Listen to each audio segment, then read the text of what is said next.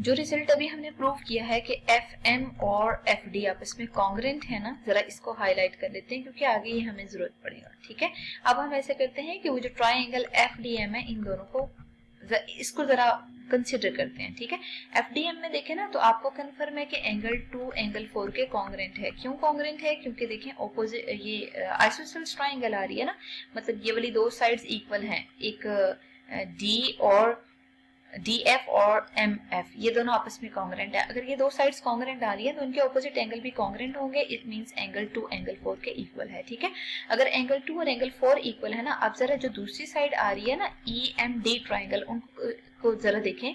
आपके पास E D और E M आपस ई में इक्वल हैं, तो इसका मतलब है एंगल 1 भी एंगल 3 के कॉन्ग्रेंट होगा। ठीक है, और यहाँ सामने लिखें रीजन के बेसिकली हमें पता है कि एफ एम और एफ डी इक्वल है। ठीक है, तो आप देख सकते हैं ये वाला जो रिजल्ट है वो बेसिकली आगे यूज हो रहा है। ठीक है, फिर आप देखें कि एंगल 1 और 3 आपस में क्यों इक्वल है, क्योंकि आपको कंफर्म है कि डी ई मेजरमेंट जो है वो ई एम के इक्वल है।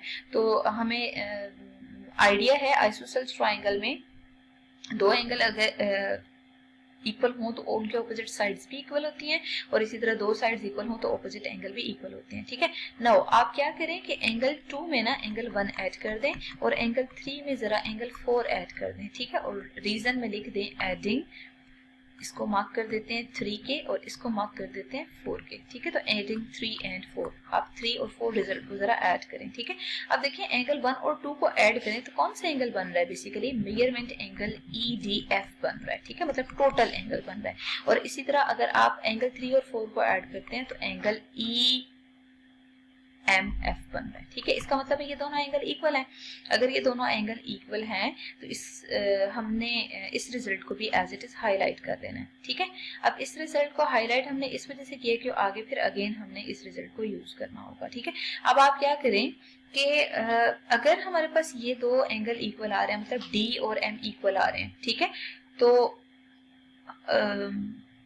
बेसिकली क्या है कि हम कोरिस्पॉन्ड कर लेते हैं। पहले हमने क्या कोरिस्पॉन्ड किया था? स्टार को और डबल स्टार को कोरिस्पॉन्ड किया था। ठीक है, फिर आपने ट्राइंगल वो जो एफ डी एम आ रही है उसको, और फिर ट्राइंगल ई डी एम आ रही है, इन दोनों को कंसिडर करके यहाँ से एंगल से एक रिजल्ट देखा था। ठीक है, अब आप ऐसा करें कि जो आपके पास ट्राइंगल ई डी एफ आ रही है, ठीक है, ई डी एफ कौन सी है? ट्रिपल स्टार है। ट्रिपल स्टार और आप डबल स्टार, इन दोनों को जरा कंसिडर कर लें। ठीक है, डबल स्टार और ट्रिपल स्टार को जब आप कोरिस्पॉन्ड करेंगे ना तो बेसिकली देखें स्टार हमने यहाँ मेंशन किया था, डबल स्टार हमने यहाँ मेंशन किया था और ट्रिपल स्टार हमने यहाँ मेंशन किया था। इन दोनों को जरा अगर आप कंसिडर करें तो एक ट्राइंगल है ट्राइंगल डी ई एफ है। ठीक है, और दूसरी जो ट्राइंगल आ रही है बेसिकली वो एम ई एफ है। ठीक है, अगर ये दोनों कोरिस्पॉन्ड आप करते हैं, आपको पता है कि डी एफ और एफ एम ये दोनों कॉन्ग्रेंट हैं। कैसे आपको पता चला? ये स्टार्ट में बिल्कुल हमने रिजल्ट लिखा हुआ था। ठीक है,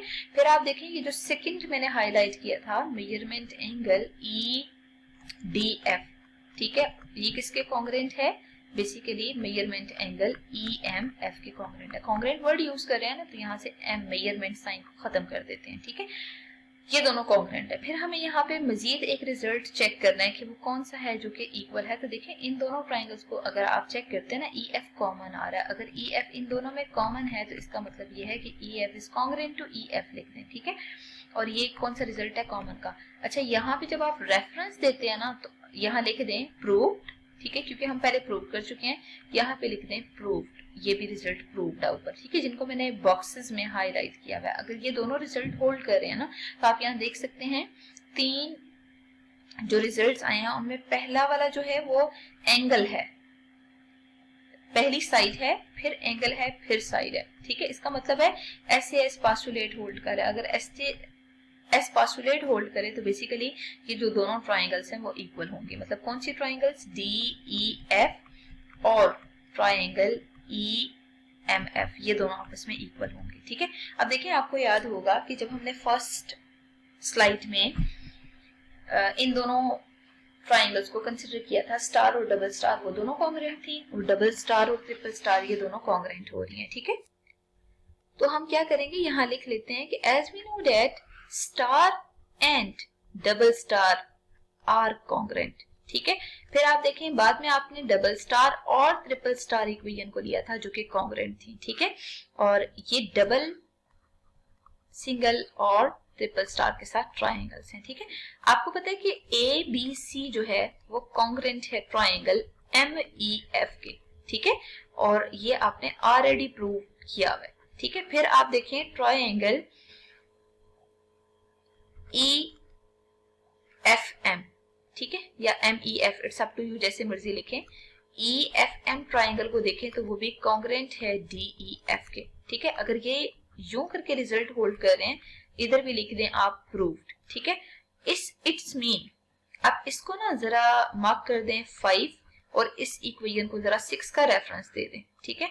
और यहाँ रीजन में मेंशन करें कि अगर आप 5 एंड 6 को देखते हैं, ठीक है, तो ये जो दोनों हमारे पास इक्वेशंस आ रही हैं कॉन्ग्रुएंसी के लिए, इन दोनों को जरा कंपेयर करें।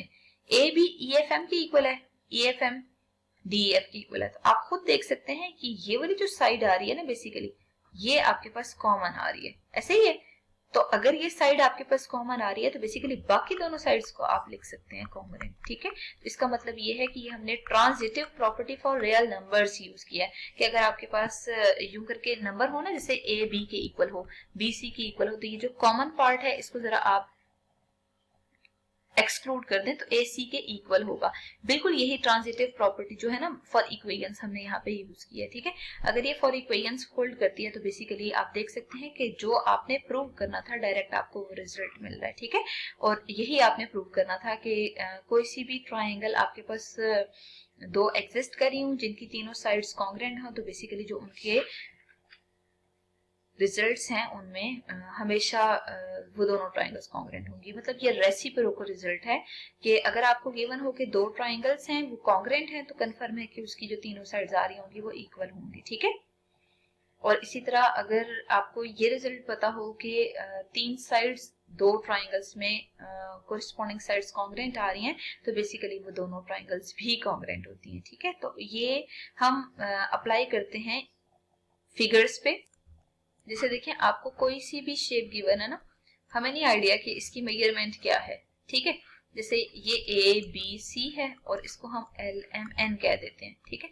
अगर मैं आपसे ये कहती हूँ कि A B measurement L M की इक्वल है, B C measurement M N की इक्वल है और A C measurement L N के इक्वल आ रही है, ठीक है। तो देखें तीनों साइड्स जो है वो कोरिस्पोंडिंग ट्राइंगल्स की कॉन्ग्रुएंट आ रही हैं। अगर ये कॉन्ग्रुएंट है तो कंफर्म है कि जो ट्राइंगल ए बी सी है वो एल एम एन के इक्वल होगी, ठीक है। अभी तक जितने भी लेक्चर्स में हमने कवर किया बेसिकली एक थ्योरम हमने ये प्रूव किया कि अगर कोई सी दो ट्राइंगल्स गिवन है उनमें दो एंगल और एक साइड कॉन्ग्रुएंट होती है, ठीक है, तो वो दोनों ट्राइंगल्स कॉन्ग्रुएंट होंगी। मतलब आपने एस पास्टुलेट भी प्रूव कर लिया है, ए पास्टुलेट भी प्रूव कर लिया है और आज के लेक्चर में हमने एस पास्टुलेट भी प्रूव कर लिया। तो बेसिकली ये तीनों पास्टुलेट अगर होल्ड कर रहे हो ना तो जो दोनों ट्राइंगल्स होती हैं वो हमेशा कॉन्ग्रुएंट होती हैं।